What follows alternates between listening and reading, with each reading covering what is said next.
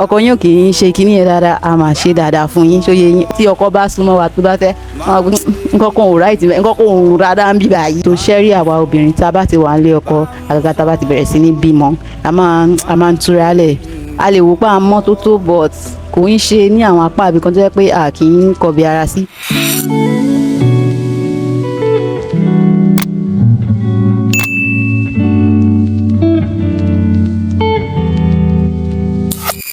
ẹ káàárọ̀ ẹ káàsán ẹ káalẹ́ ní gbogbo tẹ bá ti ń wò mí ojú tẹ fi ń wò mí ò ní fọ́ etí tẹ fi ń gbọ́ mi ò ní di Ọpẹ́yẹmí náà ni ọmọ Adébóyè mo ti dé padà mú kẹ́yìn náà káàbọ̀ padà sórí ìkànnì Ọpẹ́yẹmí ọmọ Adé TV bẹ́ẹ̀ ni ètò tí mo gbé wá lè ní ẹ rí a ti join ní Shine Ladies Club nǹkan tẹ́mi fẹ́ kọ́ yín ó yàtọ̀ sí nǹkan tí housewife celebrity nǹkan lórí TikTok yìí eléyìí máa jẹ́ kẹ́ ẹ pẹ́ nílé ọkọ eléyìí máa jẹ́ ẹ̀yin tó bá jẹ́ pé ẹ̀ kì í ọkọ yín ò kì í ṣe kinní yẹn dáadáa a máa ṣe dáadáa fún yín ṣóyè yín òun lèmi fẹ́ wá kọ́ yín bí báyìí Shine Ladies Club ibùjókòó wa ló ṣe wá lógún òun ló ṣe pàtàkì ṣe rí àwọn rẹ́sípì àwọn èlò nǹkan tó yẹ ká máa ṣe tí ọkọ máa fi ṣe kíni tí ó fi ní máa ó lè máa ní níta àmọ́ mọ̀ pé tinú ilé náà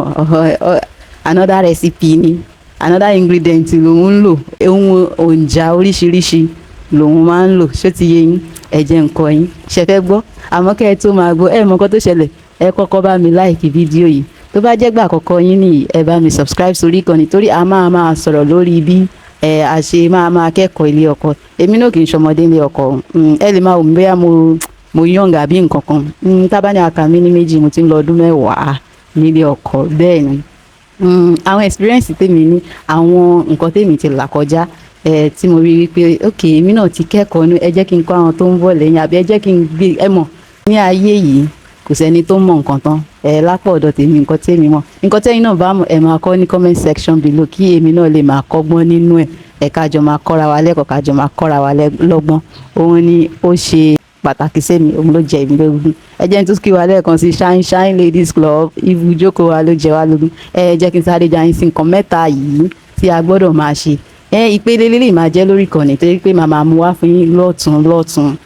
kí a lè máa kọ́ mi ní fẹ́ kí fọ́nrán yẹn kó máa gùn jù torí kó máa wá àkọrin sí yín anyway so eléyìí alákọ̀ọ́kọ́ tó yẹ kí a mójútó ṣẹ́rí àwa obìnrin tá a bá ti wà nílé ọkọ àgàgà tá a bá ti bẹ̀rẹ̀ sí ní bímọ a máa ń túra lẹ̀ torí lóòótọ́ iṣẹ́ ni ká tó tún lè ṣe ká tó dáná most especially àwa tá a bá tún ń ṣiṣẹ́ kò ń ṣe nǹkan tó rọrùn ẹ má jẹ́ ká relax ẹ má jẹ́ ká rẹpẹtẹ á wò pé ó kú ti choose mi lóòótọ́ ó rí mi ó mọ̀ pé mi mo better among those that he has at that moment and that's why he chose me right ọkùnrin máa ń ní obìnrin púpọ̀ lọ́wọ́ ẹ̀ẹ̀kan ṣọ́nà lọ́dẹ̀ máa ń decide pé ọmọ yìí ni mo fẹ́ ọmọ yìí housewife materials ní 1000 yard ṣóyè yín ni ọkùnrin fi máa wò pé ọmọ yìí ni mo fẹ́ mú láàrin wọn àtúnṣe wọ lẹ́yìn tó bá rí tán bá rí wọn wọ́n tún ṣe máa rí àwọn obìnrin mi gbogbo wa lè máa ṣe kinní pẹ̀lú nǹkan tí mo sọ wípé wọ́n ṣe máa rẹ́ lómi bẹ́ẹ̀ ni ẹlòmíì ṣe wà kọjá wájú wọn tó máa wọn ṣé gbogbo ala máa gba ilé pẹ̀lú mi àmọ́ ẹ jẹ́ kí n máa bá ọ̀rọ̀ mi lọ gẹ́gẹ́ bí mo ṣe ń sọ lọ ó yẹ kí àwa náà ká ṣe kinní kí a máa tọ́jú ara wa ká má jẹ́ kí mo tún lè ṣe mọ̀ ń dáná mo fẹ́ tọ́jú ọkọ àwa náà gbọ́dọ̀ máa ṣe eléyìí fúnra wa torí wípé eléyìí ni oúnjẹ wípé ẹ̀bùn fún ara tiwa náà wípé èmi náà jẹ́ ń tọ́jú ara mi èmi náà mo ti ń tọ́jú àwọn kan látara jẹ́ kémi náà mójútó ara mi ṣó ti yé yín àwọn líìsì yìí ó máa jẹ́ àwọn nǹkan tó jẹ́ wípé bí ìmọ́tótó ni àmọ́ àkọ́bí ara sí a lè wò pé àmọ́tótó but kò ń ṣe ní àwọn apá àbí kan tó jẹ́ pé a kì í kọ́bí ara sí alákọ̀ọ́kọ́ tí mo máa sọ níbẹ̀ ni irun wa kí a make sure pé at least à ń fọ irun wa ẹ̀ẹ̀kan lọ́sẹ̀ bẹ́ẹ̀ ni torí pé ọ̀pọ̀lọpọ̀ wa a máa ń fọṣẹ sínú a dẹ̀ máa ń wò pé torí mo fẹ́ fọṣẹ sínú lóṣù tó ń bọ̀ àbí oṣù mẹ́ta àwa fi irun wálẹ̀ fún oṣù kan láì fọ̀ torí wípé a fẹ́ kí ọṣẹ tá a fẹ́ fi sínú kó jẹ wá lórí àbí kó bó wa lórí ṣóyè yín a máa wá fílẹ̀ ànífọ̀ ànìkan tó dẹ̀ tún máa ń fà á tí a fi ń sábà fọrun ni wípé torí wípé àwọn style tá a ṣe 10,000 ni mo fi ṣe 15,000 ni mo fi ṣe ní ilé ṣe gbé fọ́nsẹ̀ kan kí n wá fọrun àwọn nǹkan yìí ó lè yẹ ká máa kọbi ara sí torí wípé a máa ń làágùn a máa ń ṣiṣẹ́ a máa ń dáná nílé ìdáná a máa làágùn orí wa náà ń làágùn ó ń làágùn sínú irun yẹn àwọn èròjà nǹkan tó fi sínú irun náà gbà mí tó bá ti ń pẹ́nu orí wa ó máa ń gbé àwọn òórùn tí ò dáa wá ṣó ti yé yín tó jẹ́ pé tí ọkọ gan bá wà lórí èèyàn tó bá gbóná ọkọ máa dà ní torí wípé òórùn irun yẹn kò jẹ́ kí wọ́n kọ́ gbádùn ẹ̀ dáadáa ṣó ti yé yín nǹkan alákọ̀ọ́kọ́ tí mo fẹ́ ká mójútó ní tó jẹ́ pé àkọ́bí ara sí Shine Shine Ladies Club ibùjókòó wa ló jẹ wá lógún inú nǹkan tá a máa fi jókòó tí a máa fi mọ̀ tí ọkọ wa tí ò bá ń wọ̀ ọ̀dọ̀ wa tẹ́lẹ̀ tó fi máa kà á ìyàwó mi ó tún ṣe kinní lálẹ́ yìí ó tún ṣe kinní láàárọ̀ ẹ̀jẹ̀ ń sáré ṣé ó yẹ yín òun ni inú wa ká máa make sure ká máa rí dájú wípé à ń fọ̀ lẹ́ẹ̀kan láàrin ọ̀sẹ̀ ó kéré jù ẹ̀ẹ̀kan láàrin ọ̀sẹ̀ tá bá rí i pé ó le ẹjẹ́ àwa àwọn site àwọn máa ṣe tẹ́ pé kò ní ná wa lówó púpọ̀ tó dẹ́ pé a máa lè ṣe irun wa lọ́sẹ̀ọ̀sẹ̀ ṣó ti yé yín so owó tá à ń kó sórí irun yẹn a máa fi ṣe nǹkan míì lẹ́gbẹ̀ẹ́ tó bá jẹ́ wípé àwa tá kì í ṣe ìkànnà wa ni owó yẹn a máa fi ṣe ìkànnà a máa fi fọ ẹsẹ̀ ẹ understand nǹkan tí mo ń try àti sọ instead of tá a fi máa kó sí orí irun nìkan tí a máa gbé fún bí oṣù méjì oṣù mẹ́ta tí yóò dẹ̀ yẹ kí ó rí bẹ́ẹ̀. Ẹlẹ́nkejì tí mo fẹ́ kí a mójútó òun ni ṣé kí n sọ irun abíyá wa àti irun abẹ́ eléyìí lè má jẹ́ kíní sí àwọn èèyàn torí pé ó kọ́ mọ̀ bọ́ a máa ń sọ wípé àwọn ọkùnrin kan láì kí irun pọ̀ ń bẹ àwọn kan bọ̀ nǹkan tí mi fẹ́ ká mọ̀ ni wípé tí irun bá pọ̀ ní abẹ́ ó máa ń kó ìdọ̀tí mọ́ra tí irun bá pọ̀ ní abíyá ó máa ń jẹ́ kí abíyá kó ṣàyàn kó gbé òun ó máa ń tètè tí èèyàn bá láàgùn ó máa ń tètè jẹ́ kí àágùn yẹn kó ṣe kinní so yẹn ni ẹlẹ́nkejì mẹ́ta ni mo fẹ́ sọnù fọ́nrán yìí torí pé mi ò fẹ́ kí fọ́nrán yìí kó gùn jù tó ti yé yín Shine Shine Ladies Club ibùjókòó wa ló jẹ wá lógún ẹ máa gbádùn ìkànnì yìí torí àwọn nǹkan tí mo mú bọ̀ mo ṣe mẹ́yẹ̀ bọ̀ lápò ni mo ṣe máa kọ́ yín bẹ́ẹ̀ ṣe máa gba pọ́nrán lójoojúmọ́ ìwọ tó bá yẹ pé ọkọ mi ò kí ń wojú mi ọkọ mi ò kí ń ṣe kinní fún mi lójoojúmọ́ ẹ máa bọ̀ ẹ máa tẹ̀lé wa bọ̀ àwọn akọyin gbogbo tó yẹ yín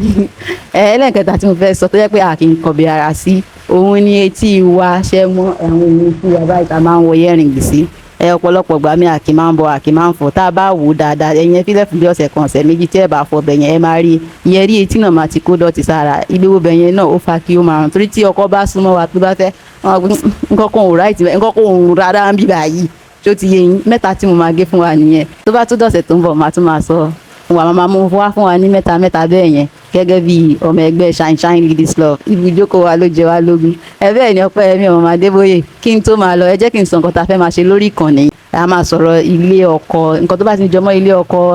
nǹkan báyìí ṣẹlẹ̀ sí lágbájá ẹ wá ní ká béèrè advice yín ó ní ká béèrè ìmọ̀ràn lọ́wọ́ yín kí lẹ́yìn rí sí mo ti wà ní ọkọ pé ọdún báyìí ọkọ mi ń ṣe báyìí nǹkan tèmi rí sí ọgbọ́n tèmi máa fi sí máa gbé wá ẹ̀yin náà àyẹ̀fi tí ń sin nǹkan tá a fẹ́ máa ṣe ń bì báyìí ni àti ẹgbẹ́ Shine Shine Club tá a ṣe bẹ̀rẹ̀ yìí a máa ṣe ọ̀sẹ̀ ni